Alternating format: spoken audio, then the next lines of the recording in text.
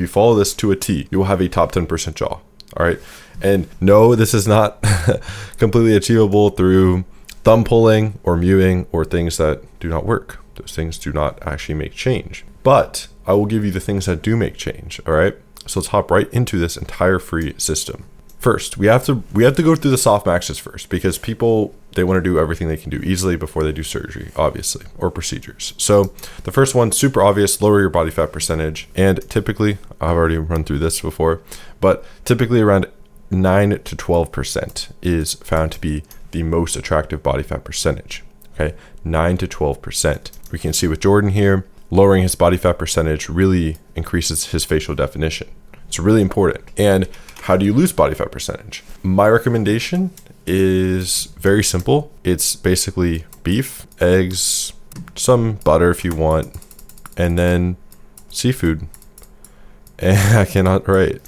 Essentially, what all this does is it puts you in a ketogenic state. You've probably heard of the keto diet. I mean, it's more popular among old people trying to lose weight than it is looksmaxers for whatever reason, because a ketogenic diet is the best way to lose weight, and it's not even close. And it's when you lose weight, you're not just losing weight, you're losing fat. You're in a fat oxidizing state.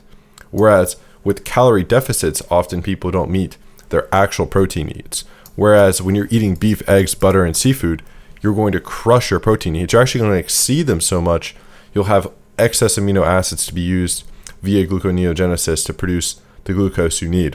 Which I was actually talking to Clavicular the other day, kind of vicariously through our streams, and he was like, oh no, the amino acids are going to be used for glucose. It's like, bro, if you're eating an actual good carnivore diet, you're going to have so much excess amino acids. It's no big deal at all. Okay. This is how you naturally lose body fat percentage. You just stop eating sugar. Sugar raises your insulin. It, often upregulates ghrelin, downregulates leptin. These foods are very addictive. So even if you are in a calorie deficit, if you're eating a lot of sugar, you're going to be hungry. Fat and protein are very satiating. Okay. So that's what I want you to do in terms of diet to actually lower your body fat percentage. Next, we have neck training. And I think this morph is quite insane, in my opinion. As you guys can see, this is a huge difference.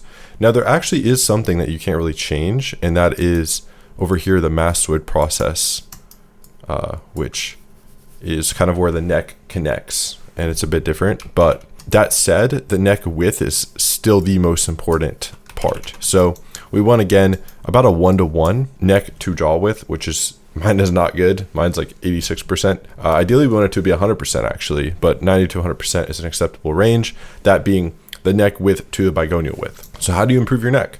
There's a million, I'm not going to be your fitness coach on this video. There's a million how to train your neck videos for free on YouTube. You can just basically do neck curls, the basic things, and you'll get a wider neck and it will make you more attractive. And this is not your jaw itself, but it's in the area of the jaw. It's very important for your jaw region, if that makes sense.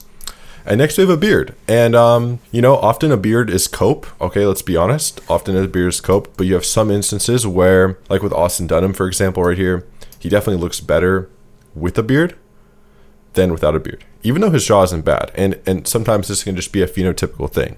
David Gandy, for example. Now, he doesn't have a beard. What he has is stubble. And the great thing about stubble, and this is actually a case somewhat for me you can make, you can see my chin and my neck is not super defined, okay? It's just not super defined. And we can kind of see this here with De La Soul as well. Not super defined relative to his chin because there's just no facial hair. Now, when you have this black, dark stubble, like with Gandy, the definition between the jaw and the neck is super accentuated, right? And, here with De La Soul, he just looks quite juvenile. He has very little definition, as I explained. He looks a lot better with stubble. You can utilize facial hair in some examples. I think the light stubble, we also know the studies that suggest light stubble is voted as the most attractive overall, though clean shaven is preferred in the #1 spot the most overall. It's kind of hard to measure. Either way, you can't really go wrong with clean shaven or light stubble, but if your jaw is more lacking, a short beard or some light stubble can be a better option than clean shaven. Again, another classic Masseter training. Simply chew proper foods. Simply chew meat. You can do, mastic gum. You can do phalum gum. You can do all these little products, or you can just chew meat. I recommend you just chew the natural foods. And again, this will develop your masseter muscles, and that will give you the appearance of a wider jaw. Of course, it's not actually changing any bone, but the appearance is what matters. On the inverse, if you're a woman and you're watching this video, what's up? Welcome. Subscribe, I guess. But if you're a woman and you have masseter muscles that are too wide, you can actually get Botox like this woman did to reduce the width of masseter muscles. So it goes both ways. In case you happen to be watching this video, I don't know why I even included this, but it's relevant, I suppose. And then lastly, this is the last thing you can actually do that's natural. And just to remind you, lean, train neck, utilize beard, train masseters. Lastly, again, just locking that diet in. In terms of water retention, this can be mitigated by removing carbohydrate or vastly reducing carbohydrate, and then lowering excess sodium. And excess sodium is only if you are either salting natural food to an unnatural extent. Again, I don't really salt my food at all. It is a rock. It's not just sodium. It's a crushed up rock. And yeah, as long as you're just avoiding processed foods, you'll have a good electrolyte balance. So really simple in that regard. And yeah, this is pretty much what you should be eating. For at least 80% of your food should be a ruminant animal and its associated fat. So whether it's lamb, whether it's beef, whether it's elk, whether it's bison, I don't care. That should be your food though. All right, now we're getting into the juicy part. This is what is actually going to make changes, is surgery. Yeah, it should be obvious, but for some reason in this community, it almost has a negative connotation. A looks improvement community has a negative connotation around surgery, which was the biggest godsend in terms of improving your looks. It makes no sense, but yeah, this is what's actually going to make the biggest change. If you do all these soft maxes and your jaw is still not good, then sorry, bro. It's time to hard max. All right. So first we have Bimax. And Bimax, this is just the godsend of jaw surgeries. It can fix projection. It can fix if you have a downgrown jaw. It can fix if you have a steep jaw. It can fix short face syndrome. It can just, you can use it even if you just have a mandibular deficiency and you don't want to get genio.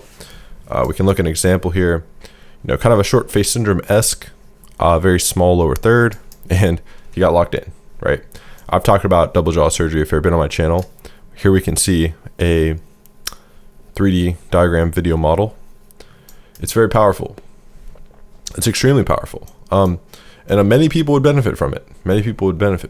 Next, we have Genioplasty. Now, Genioplasty is best used to correct the jaw when the angle of it is good. It just needs more projection. Like this guy's case. His gonal angle is pretty acute.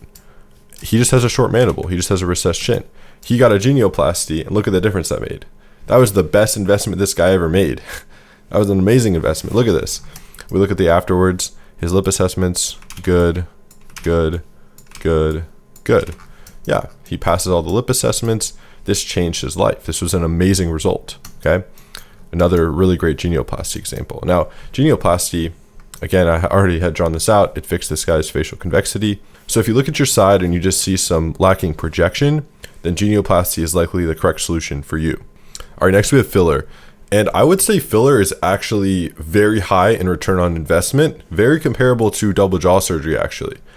Here we can see, now I'll preface, there is some lens distortion going on here. Now, yeah, this guy probably lost some body fat percentage. He probably was doing some other looksmaxes, but we can see here, the filler added a ton of jaw width, despite, the lens distortion and such, okay? And, this define this guy's ramus, define this guy's ramus. Of course, normally when people looksmax, they'll make a few changes at the same time. Maybe they'll lose a bit of weight, they'll do this, they'll do that. But filler, there are plenty more amazing results from jaw filler, and it's not very expensive and it lasts a pretty long time. It's not invasive, it's not a surgery, it's a procedure. So if you have a narrow jaw, if you have general lacking jaw mass, then filler is a wonderful option, okay? Now this is not permanent, this will have to be redone, but if you don't have any major issues that you would need double jaw surgery for, filler is amazing. And then next we have implants. For example, with this guy, implants got this guy Henry Cavill's jaw, basically, right? So we had a narrow and downgrown jaw, and then we have a very flat, robust, and wide jaw, okay? So enough said, really. Implants are permanent. They're basically what filler you want from filler, except they're more designed, so they're a little bit more accurate, and they last forever, assuming they don't get infected. Now, that said, these are a godsend. The only drawback basically is that they have a fairly high botch rate, and not a botch rate in terms of they installed the thing wrong, just people typically get infected basically. So filler and implants, again, they address the same core issues typically, like jaw width, ramus length. I would honestly opt for filler over the implants. I've just had too many personal experiences of knowing people, working with people where the implants get infected, they have to get them removed. And next we have buccal fat removal. And you guys are probably familiar with this. Again, we have women getting this, which makes no sense. Again, if you are a woman on this channel, there's almost no cases where a woman should actually get buccal fat removal. And this has given this surgery a horrible reputation. When you hear it, you think of these gaunt looking female celebrities. Now, that's just malpractice. That's not the surgery being bad in itself, okay? For example, look at this guy. This guy was already lean, I suspect. Otherwise, I really doubt he would have gotten the surgery. Regardless, he was likely already lean here, but he needed that extra boost to get that hollowing. And this is a great result. Now, some people have facial fat distribution that's just a bit poor. I'd actually consider mine a bit poor. My face normally looks, 1 or 2% higher than my overall body fat percentage. And this is just the fat pad distribution, your genetics. So some people need buccal fat removal to have their face actually reflect their body fat percentage. And again, if you're a woman, this looks horrible in almost every case. But if you're a guy, a subtle, very subtle buccal fat removal, just like this one, awesome, works really well. And lastly, we have neck tissue augmentation, okay? And this is just a neck lift. So, as you age, you're gonna have this saggy hyoid region. And as you guys can see, this is just a simple procedure, lifts it right up. All it is, neck lift, all there is to it. Again, you can honestly pair this with a hair transplant most likely. You'll probably need a neck tissue augmentation / neck lift at the same time that you need a hair transplant. So maybe in your late 30s, early 40s, you just book a trip out to Turkey, get your hairline checked, get your facial fat checked. Pretty good combo. So yeah, this entire list, this is all the no BS stuff you can do. Everything else you're hearing online is BS. And by the way, if you guys want the PDF that I just showed and went through, it is in my school community. So I have a school community where I help people improve their looks, improve their health. And here's the full PDF along with a lot more information about improving your jaw. And inside my school community, I have this entire blueprint, just the entire Face IQ system to improve your looks, all these modules. And you also get access to the community, access to calls every single week where you can get live support. You also get access to the Discord where we have all the people in the school in the Discord. We're in calls, we're hanging out. We're talking about looksmaxxing, surgery maxing, rating faces, just everything in this community. It's just my community. So yeah, if you want to be part of the community, improve your looks, transform your looks and health, click the first link down below. I'll see you guys in there. Thank you for watching.